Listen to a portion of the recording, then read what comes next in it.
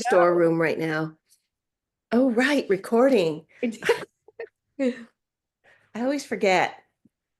All right, we're going to jump in because I actually have a teacher and a workshop starting straight up at 10. So I might leave a few minutes early, but Cara will be here to wrap it all up should we need that. And just want to say hello and welcome to our community gathering where we talk about questions that people have about natural dyes and mordanting. And we're going to focus on mordanting today, but depending on how quickly we get through things, we may also just open it up for other questions.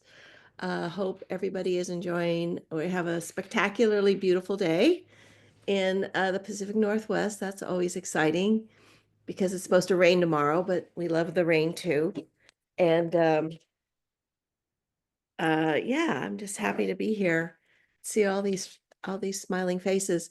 Okay, so some of the questions that we've been receiving are I had a long one that I actually answered in a Mordant Monday. And if you do have questions, I'm pretty sure you can put them in chat. So just go ahead and add those to chat, and Cara's going to kind of monitor that and we can also answer them from that. I have a couple of questions that came in beforehand, and so I'll start with those while we all kind of get warmed up. Um, oops, yeah. So the first question that I had was regarding what's the mordant process when you want to use indigo? So myself included, there's been talk that, the indigo vat is so alkaline that it's going to destroy the mordant. And that totally makes sense to me. But then I thought about it in practice and I realized that for us, we indigo dips so quickly that I'm suspecting that maybe it doesn't really have that much of an effect on the mordant bond because we've then been very successfully able to um, you know put the products into after they've been indigo dipped, put them right into a mordant bath and get a beautiful color. So I'm not seeing that. I'm not saying it doesn't happen, but I just don't see that because we're dipping for 1 minute at a time. The pH of our vats is usually between 10 and 11. So it's high, but it's not corrosive, as far as I can tell. At least my hands are still okay. So I think if you're doing super short dips, you might be fine. If you are doing the practice where you're dipping for 20 minutes at a time, that kind of a practice, then maybe you should just put your fabric into indigo, get your indigo color on, then go to mordant, and then go to the dye process. But for me, who's doing anything from a 30-second to 1 minute dip 2 or 3 times, I haven't done that. I start with a mordanted fabric and then just go. Um, so try it out. See if you notice a difference or if there's something that changes for you. I'd love to hear about that because I haven't seen it personally, but you know, as you know, I can be and I am wrong. So tell me what happens if you do see something different. So that's my first comment. The second comment was just about this whole process. People want to know, do you put the indigo on first and then you do the mordant process, or do you dye the fabric first and then go to indigo? And again, my experience was based on when I first learned indigo, I actually learned indigo with chemical reducing agents. So things like thiourea dioxide and sodium hydrosulfite are chemical reducing agents. And now we're using reducing agents like henna, iron, and fructose. And so even though that's still a chemical reaction, it's not as aggressive as these kind of more industrial products. So my experience when I use thiourea or hydros as the reducing agent is that if you had a mordanted product and you stuck it in the hydros vat or the thiox vat, you would lose so much color because both of those ingredients are called color removers. In fact, RIT color remover is sodium hydrosulfite. So when you put a mordanted piece of fabric or a skein of yarn into a thiox vat, it's just taking color off because that's what it's supposed to do. It is a reducing agent, but it's also a color remover. So in that case, we always learn to put indigo on first, wash the piece, the yarn or the fabric, and then go to the mordant process because we didn't want to lose our mordanted color. Now, then I met Sarah Buscalia from Farm and Folk, and she does it the opposite way. She mordants everything and dyes everything, and then she takes her cotton fabrics and she puts them into um, an indigo vat, and she gets absolutely gorgeous colors, like consistently, and she gets good color. I mean, she's not seeing fading or streaking or anything like that. Just very high quality color. And so I had to think about that for a while, and I've come to the conclusion that the fructose and henna and iron vats don't have that color removing um, action with them, so that you actually could do your dyeing first and then go into indigo, and you should be able to get nice color. Um, what I do have to say, and it's actually going to be the Mordant Monday post for this Monday, is that the color is different. So I have a little array of things that I did indigo first, then put it into the yellow dye bath, and then I have the yellow dye bath first that I then put into a henna vat, and I got two different shades of green. So as artists, you can use that to your advantage. So that the time that you want, like if you already have something that is blue and you want to turn it green, then just mordant it and go.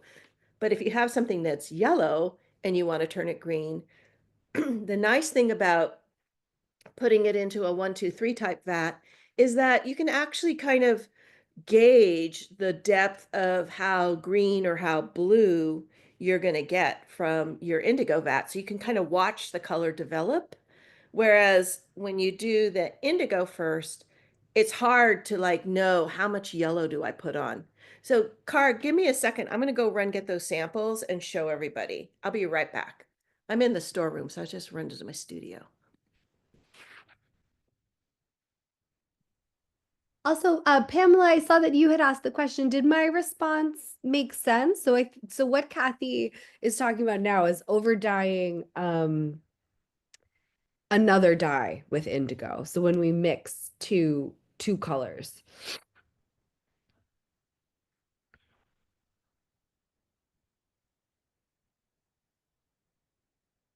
And also feel anyone else feel free to pop any questions you might have into the chat. And I'll be here monitoring it.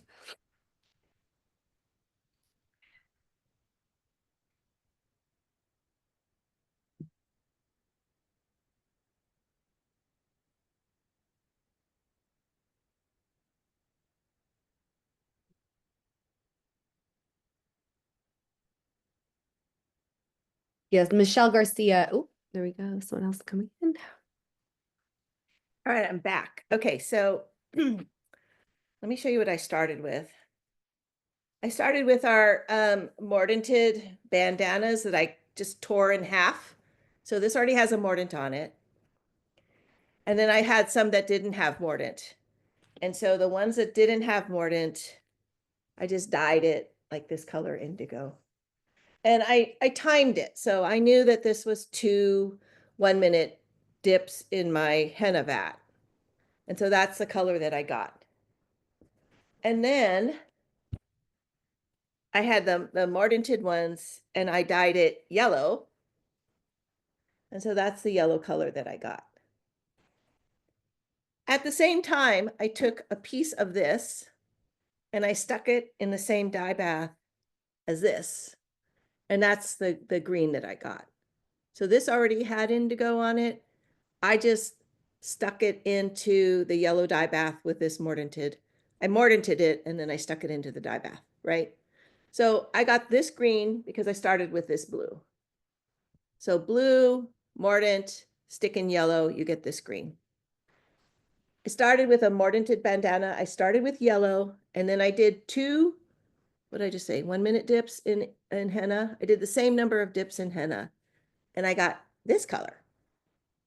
So as you can see, when I went yellow to indigo, I got this. When I went indigo to yellow, I got that. So I did get two different colors. They're not identical. And I think this is like a superpower, right? I mean, you get to decide. If I had been a little bit more careful and thought about if I had been trying to dip to match this color, I would have had to modify the number of dips. But I wanted to keep something more consistent so that knowing that this and this are the same number of dips, right?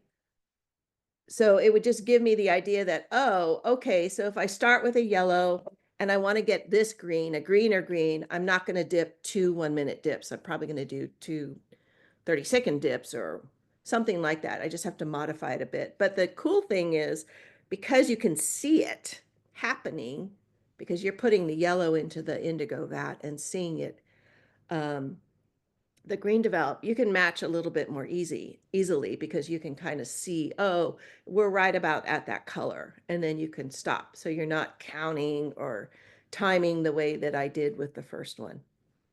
Does that make sense? Any questions about that? Okay. Kathy, is that Yeah, weld that dyed the yellow? this is, I think it's weld and marigold, or it might be weld and pomegranate. Okay. Yeah. I have it written down somewhere what it is, but yeah, bright kind of egg yolk yellow color. Um, and then of course, if you use a different yellow, you would get a different color. So going back to Sarah uses a lot of myrobalan, which is a very light kind of butter yellow, but pale. And so when she puts that into a pale, um, indigo vat, a very pale indigo vat. She gets these beautiful seafoam colors, these very, very light, evocative blue greens and then very light greens. And so it's quite pretty what she does. She really looks at how she can use her indigo vat to the very, very end. And it's when you get those, you have a older, weaker vat, you get some really beautiful shades because you don't have that strength of the indigo overpowering everything else. And it's actually really, really, really pretty. Any other questions? Kathy, Betsy asked what was the mordant that you used for the yellow? I used aluminum acetate and also calcium carbonate post bath, which is that dunging process that I spoke about in Mordant Monday last week, where you're fixing the alum that's on the fiber and then also allowing any excess alum to be removed.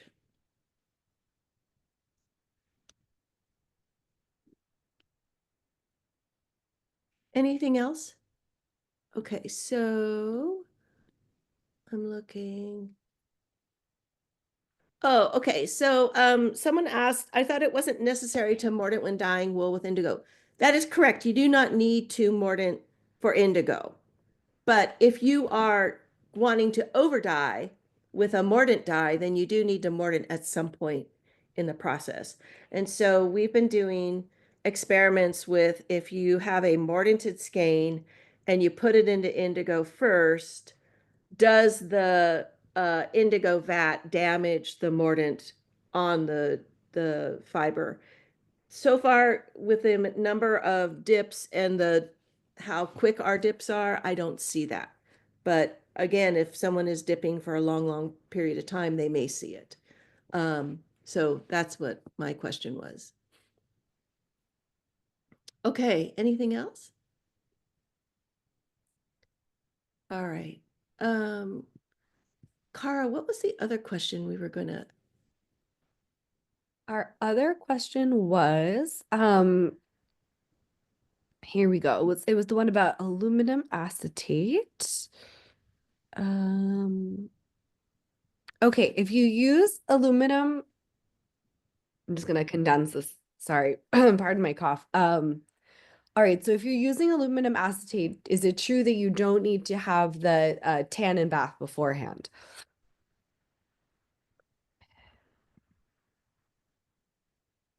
That's a great question because I was taught that the answer is no, you don't need tannin. And I learned from the Jim Lyle's book, which is the one that's from the 1990s, and it's called The Art and Craft of Natural Dyeing, which is different than The Art and Science of Natural Dyeing, which is the Catherine Ellis book. And in the Jim Lyle's book, he specifically says, do not tannin when you use this recipe. But I think that the aluminum acetate that we get commercially is it benefits from a tannin bath. I mean, we've seen really beautiful colors with tannin. So do you have to do tannin, alum, and then the dunging? I mean, you can, and I think you'll get really gorgeous shades. If you're in a hurry or if that's what you don't want to do, you can certainly do aluminum acetate and the calcium carbonate post bath, and you'll still get really nice color. But tannin does increase light fastness.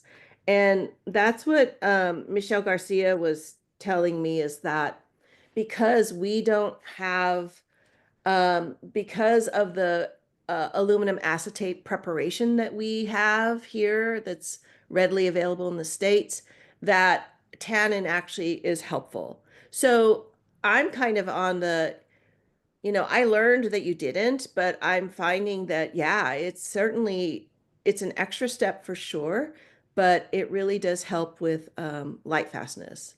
So I would say yes. And then as a related response, tannin with the alum plus soda ash process is also really good for cellulose fibers. So this is all, I'm talking cellulose here. So all of those are really good for cellulose. So with aluminum acetate, I learned no, but I'm finding that, yeah, it's helpful. But it's also okay to do it just all by itself, the aluminum acetate with calcium carbonate. And then with the traditional tannin alum process, which is tannin and then aluminum sulfate plus soda ash, I also find that that's a really good method for mordanting for cellulose. Awesome. We also have a question saying for homemade aluminum acetate, would you recommend alum plus sodium acetate or calcium acetate? So I've only used it with sodium acetate. And we did that in I did a mordant workshop at Sanborn Mills Farm in New Hampshire a couple weeks ago.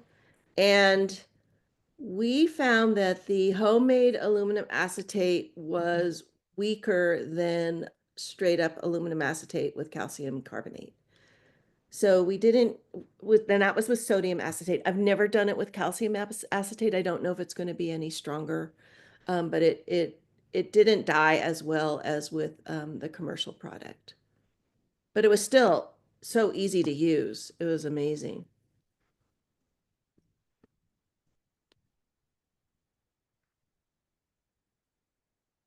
Any other questions? That's all Guys, for the don't be chat shy. so far. Any other questions about did we have one more question that I forwarded to you? Yes, let me pull it up. So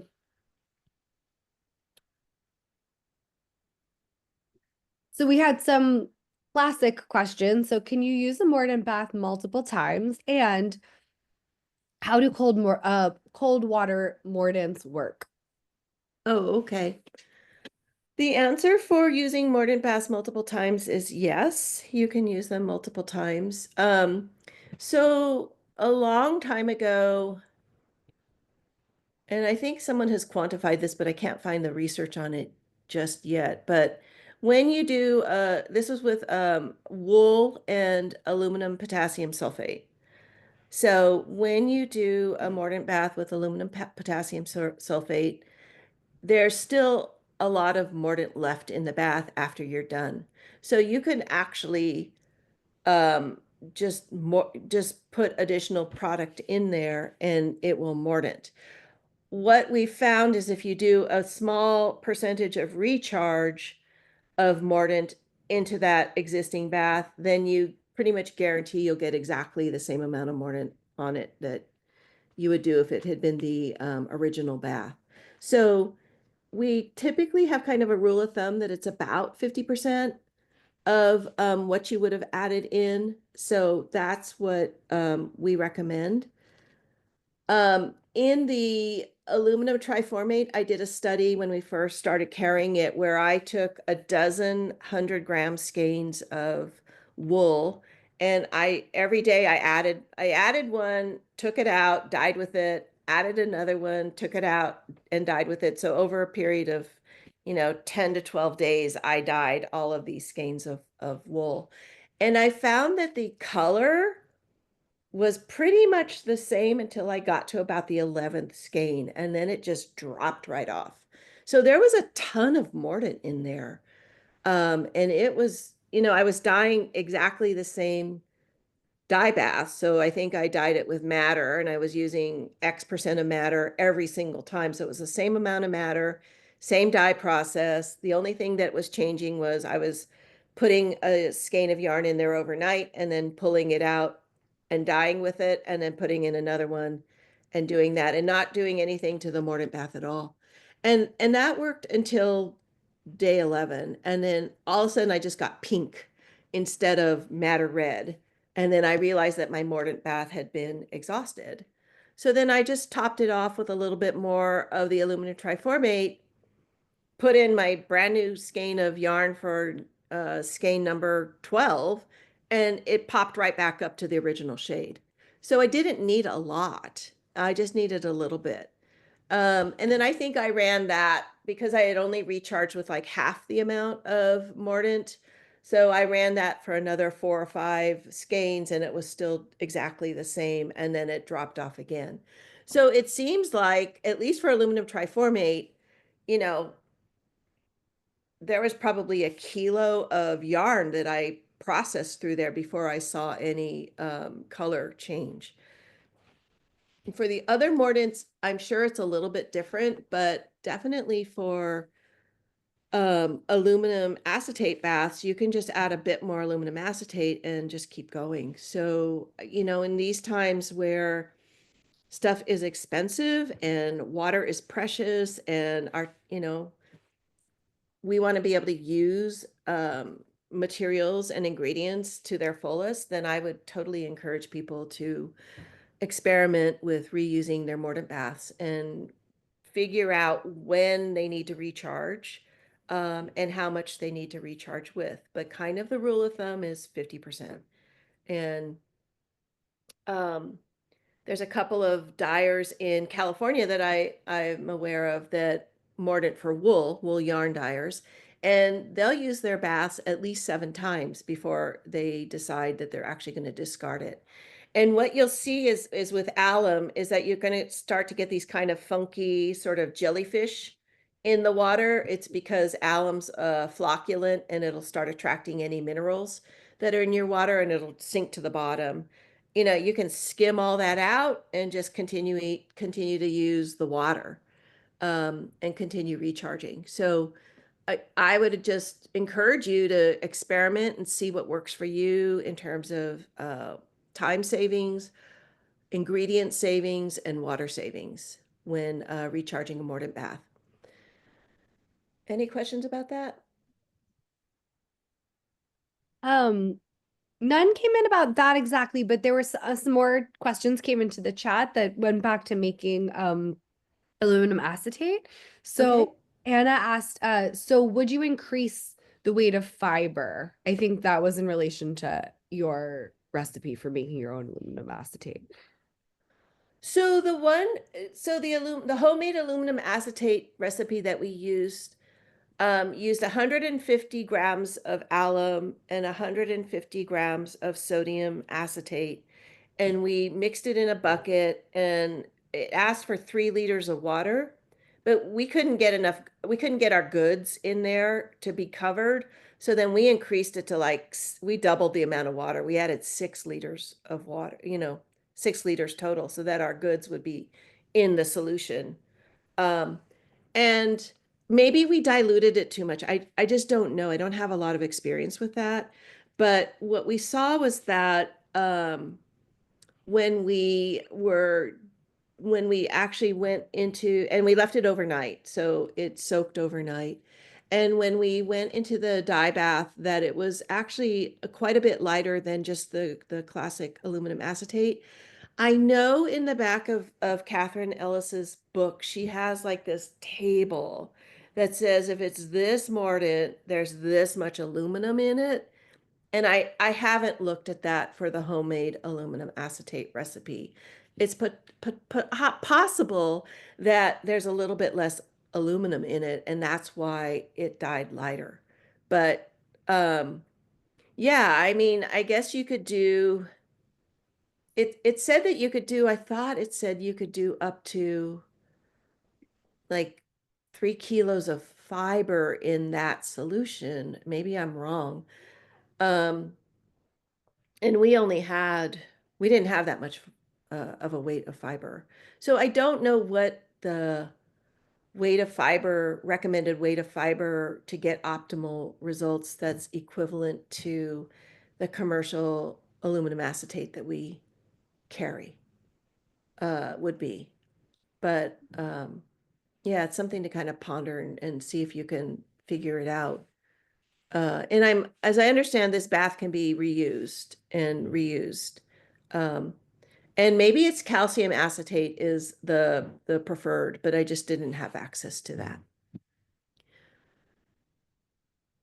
Awesome, thank you. I put the link to Catherine Ellis's book in the chat too, if anyone wants to read Yeah, that. it's in the back. There's like a table that talks about how much alum is in all the different alum preparations, which I think is super interesting. Just circling back to the other question about cold mordanting. So cold mordanting, I mean, it's kind of our super power as well, is that um, unless you're working with like a wool fiber, you can keep your mordant baths pretty low temperature. And when I say low temperature, I mean um, like aluminum acetate and aluminum triformate can be room temperature water. So we're talking anywhere from 60 to 70, 75 degrees Fahrenheit, just stuff, water that's coming right out of the tap. Um, and so we do that a lot. I mean, and even with aluminum sulfate with wool, you can actually just mordant for longer in a cooler dye bath if you have very clean fiber and you're just trying to put mordant on something. So I'm kind of a fan of the overnight mordant or 2-day mordant with some of these other fibers that traditionally used heat. And kind of the way that I think about it is that in a lot of cases, if you add heat to a process, it goes faster. But if you don't have heat, it just takes longer. So if you have time, like if you on, Sunday afternoon decide that you're going to be doing some natural dyeing the next week, you can throw everything in a mordant bucket and just pick it up on Thursday or Friday or Saturday and start mordanting with it. And you will be perfectly mordanted. You shouldn't have any problem with it. The only things you want to do is make sure if you're doing fabric is that all the fabric is underneath the surface of the liquid and that you do move it around occasionally so that it does mordant um, evenly. But that's kind of like that's what aluminum triformate is great for, especially with wool. Is you can just throw a bunch of skeins of wool into the aluminum triformate and then come back a day later and start doing your natural dye process, and it's ready to go. Aluminum sulfate takes a bit longer. So I know that Catherine has a couple of different cold water aluminum sulfate processes. She does it for silk for sure. I don't know if she does it for wool, but I just de facto have done it for wool because I'm lazy and just thrown stuff in there and then come back and dyed with it, and it's been great. Aluminum acetate is a cold water process, and so is tannin. I mean, some people like to heat up the tannin to like 140, 150 Fahrenheit, and I find that it gets super brown that way. If you don't want that brown undertone and you want it to be a lighter shade for even your light or clear tannins, then, I just keep the temperature under 100 degrees. So just kind of barely warm it and then just let it sit. So I'm a huge fan of using thyme and kind of overnight as the way to get around having to heat a bunch of dye pots super hot. And I think it springs from doing sourdough bread baking, where you can really use um, the time overnight in order for your sourdough starter to either get started or wherever you are in the process for that to start. And that just seems to make sense a lot for me because I tend to want to do a bunch of things at once and I'm busy and I can't kind of see something through. So I'll just do all the mordanting, get it ready, and then, do the dyeing at a later time.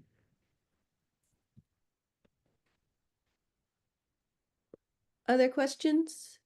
Yes, we have a couple now. So, all right. So when using tannin, aluminum sulfate, and soda ash, is it three separate steps or are two of them combined? So tannin and the alum are always separate. So you do tannin first, and it can be any tannin. It could be what we call a clear tannin, which is like oak galls, gallo tannin. It could be a yellow tannin, which is like myrobalan, sumac, chestnut, pomegranate, any of those high tannin ingredients. Or it can be a brown tannin. It could be kutch. I mean, if you're really bold, it could be walnut because walnut's very dark. Um, it could be cabracho. So anything like that. So you can do that tannin step, and you could save that tannin bath, and then you go to the alum step, and that's alum plus soda ash mixed together.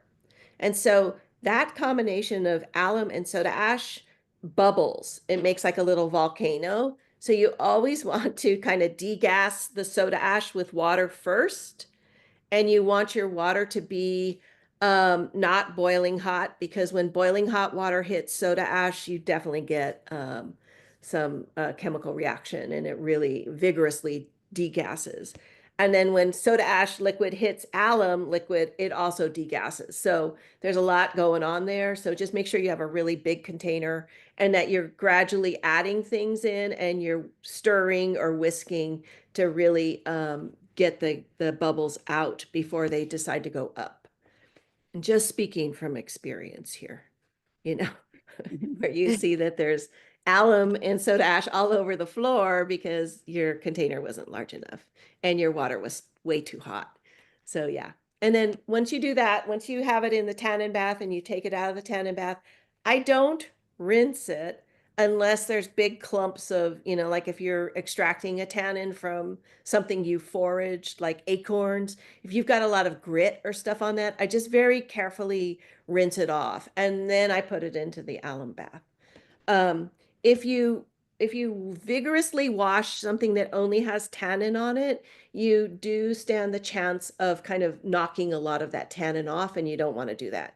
You want that tannin to be locked in there with the alum process. So you want to keep as much on it. But sometimes when I'm using ground oak galls and I'm too lazy to strain it and I just throw it all into a tub, then there's all that sediment on the bottom and it can get on the fabric. And then I do kind of rinse it off or knock it off before I put it into the alum bath. And then, of course, if you're ever doing yarn and you have something that has a lot of grit in it, strain it. It'll save you many, many frustrating hours of trying to get those little pieces of grit out of your yarn. So strain stuff if you're using yarn. If you're using something flat and smooth like cotton fabric, you don't have to, but it's definitely neater to do that. Or keep it enclosed in a bag. I mean, Helen introduced me to paint straining bags when I was in Tucson. Okay, I know I'm always late to the game here, but man, those things are fantastic. So that you buy them at the hardware store and they fit over a 5 gallon bucket or even something smaller. And it's a super fine, I think it's a nylon or a polyester mesh, and they're reusable. But if you have something like oak gall tannin that's gritty, you just put it in the bag and then take the bag and put it in the solution to soak. And then you have all the power of all that um, ground tannin material, but you don't have the grit floating free in your bath. So that's pretty exciting. They're available, you know, like Home Depot or Lowe's or Ace Hardware, places like that. I popped one in the chat for everyone. Okay, beautiful. Thank you. So we also have a question about potting up murasaki. What is the best extraction method for the roots? So the roots, as I understand it, are 3 year. And from what I've heard, that there's been sort of mixed results to get the purple. When you pull them, I would say that you want to dry them a little bit, brush, as much dirt off or shake as much dirt off as possible. And then it might have a lot of feeder roots, the little thin hairy ones. They may just dry and come off, but you might need to trim them a little bit. And then I've only extracted it in alcohol. It's not, I don't think the pigment is water soluble. So you extract in isopropyl, rubbing alcohol, and it should be purple at that point. If it's not purple, um I don't know because I've only gotten it dried and it's always made purple. And I didn't get it from a supplier here in the US. I was in China and I got a bunch from uh, a natural dyer there. And then I later found out that it's kind of endangered there, so I'm trying not to buy it because that's probably not the best thing to be doing. So I haven't used any of the US grown scone yet. Has anybody gotten purple from it? Whoever was asking the question?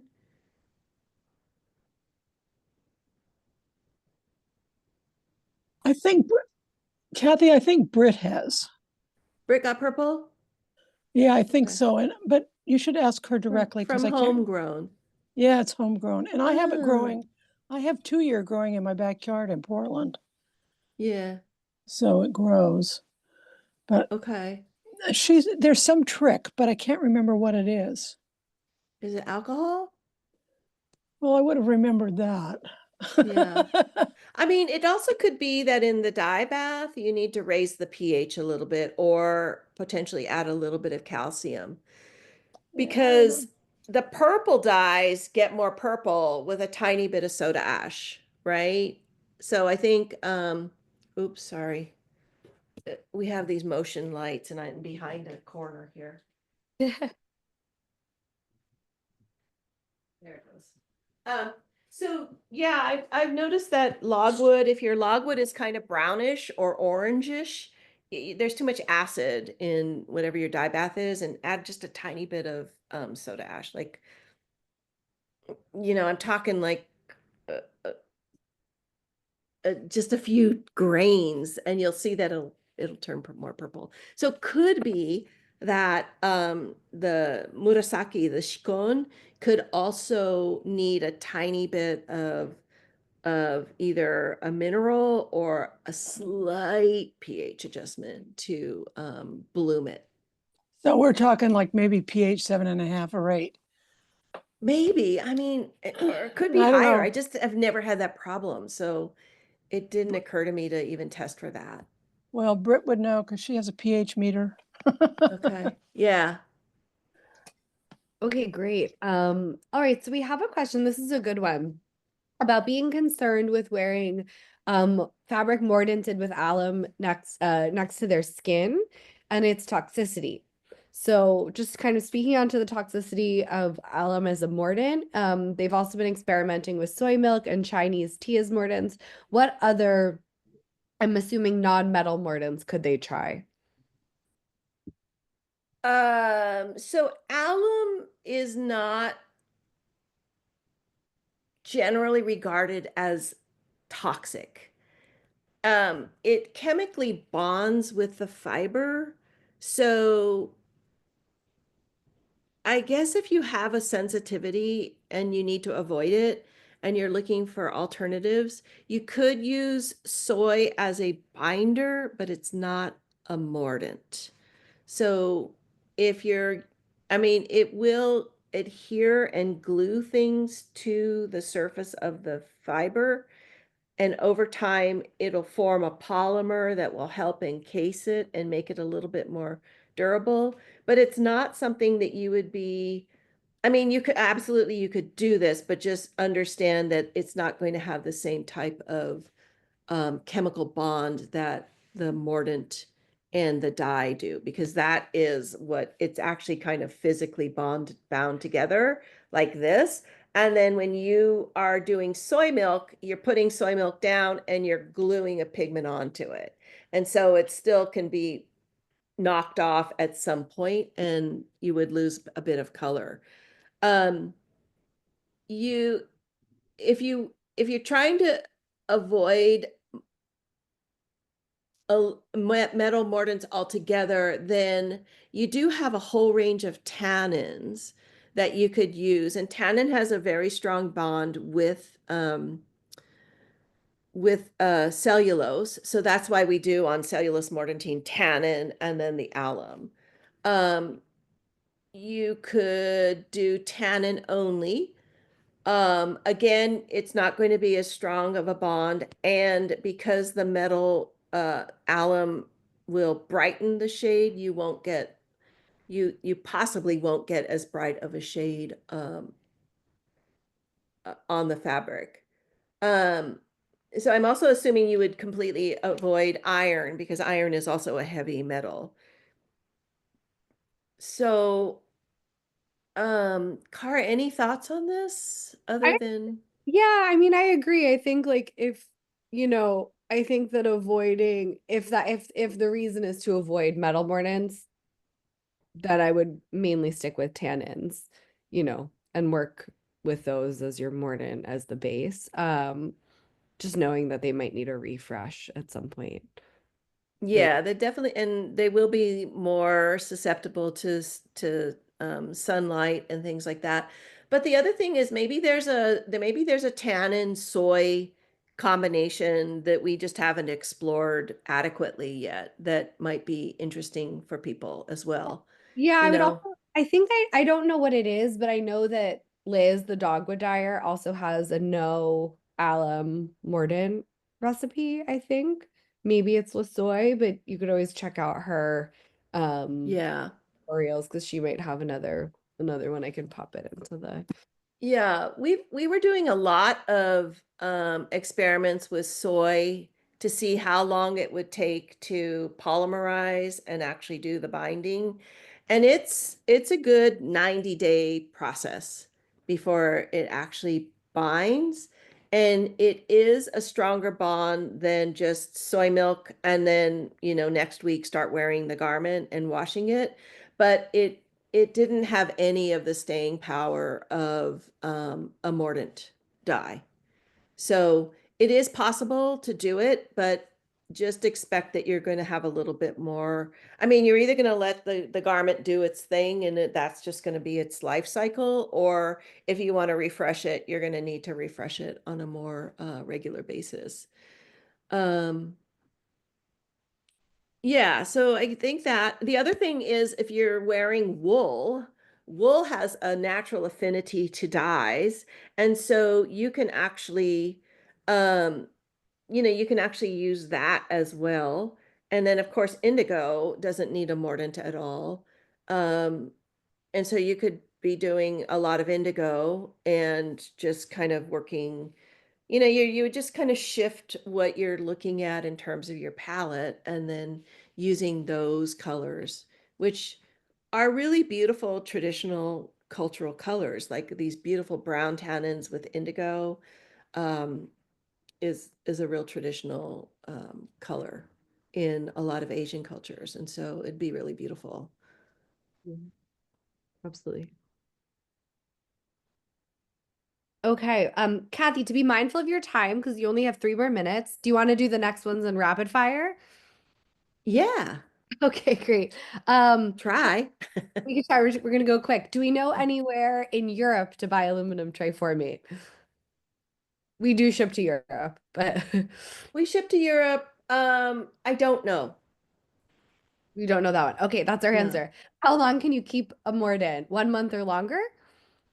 Yeah, mordant baths are they're pretty stable. If you start to get funny stuff, just skim it off. Or if you're doing multiple alum mordants and reusing your bath and you start seeing floating things, just skim them out. Great. Uh, our ALAC, is our ALAC back ordered? When will it be back? We placed an order. So we've been having a lot of fun with tariffs. Yay. Um, yay, tariffs. We placed an order and we're just waiting for our shipping confirmation, but you can definitely order it. And we should have it within um a week and a half maybe. Um, okay, great. And then I've also heard that purchased aluminum acetate weakens after a year in storage. Have we seen this? Never seen that, although I was told that as well. I don't Um, know how they tested for it and what it was doing, but I've just not seen that. Great. Um, uh, Brenda has some madrona bark that they gathered 10 years ago.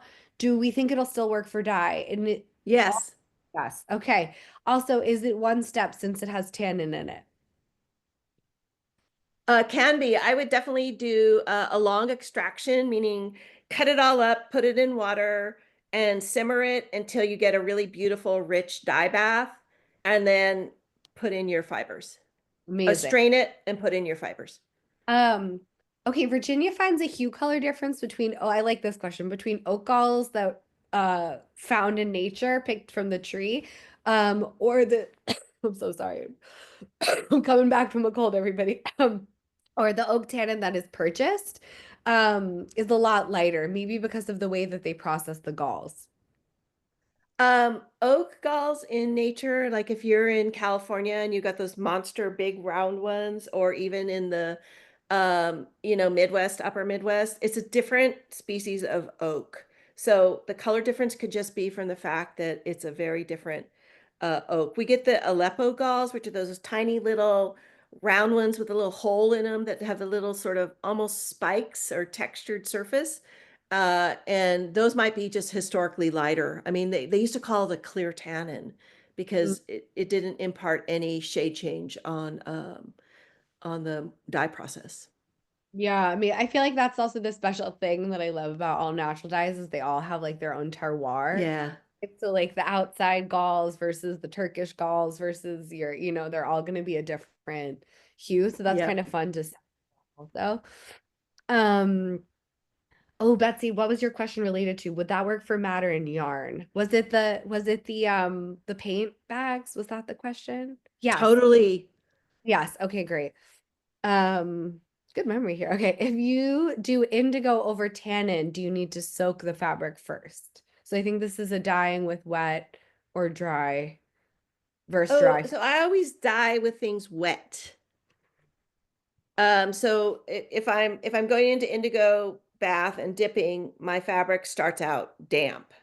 And then when I'm done and I've washed it all, and I'm going into either mordant or dyeing or tannin, it's still damp. It's clean, but it's damp. And so that's why it's really important to know what your weight of fiber is before you start.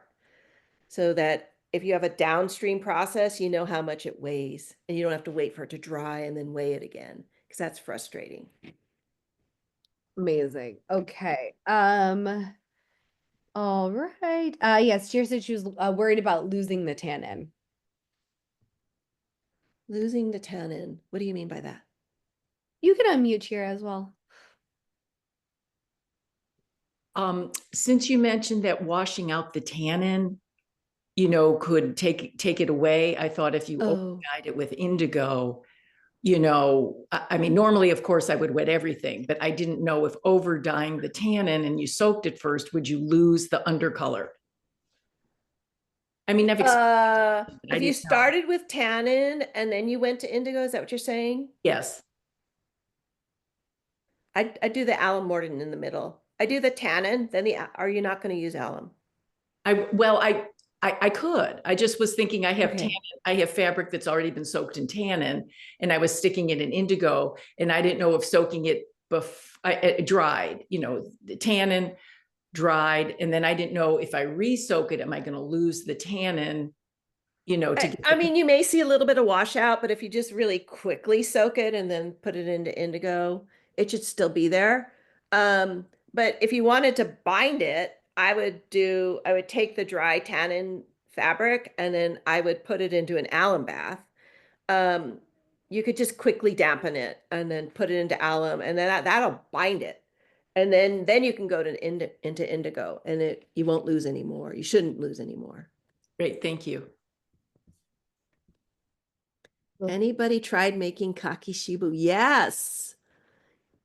Yes, it's you have to live in an area where you have no neighbors. It's so stinky. So you're using a green persimmon, like, the kind that is inedible. The ones that are the hachia, the pointy ones, are better than the flat ones because they have more tannin. And you just take off the little calyx cap and then just grind the whole thing. And then you throw it into basically a bucket and you let it ferment. And it is going to smell just like so bad that your neighbors will comment. So you need to have it in an area where there's no neighbors. Even your dog will run away from it. It's going to be bad.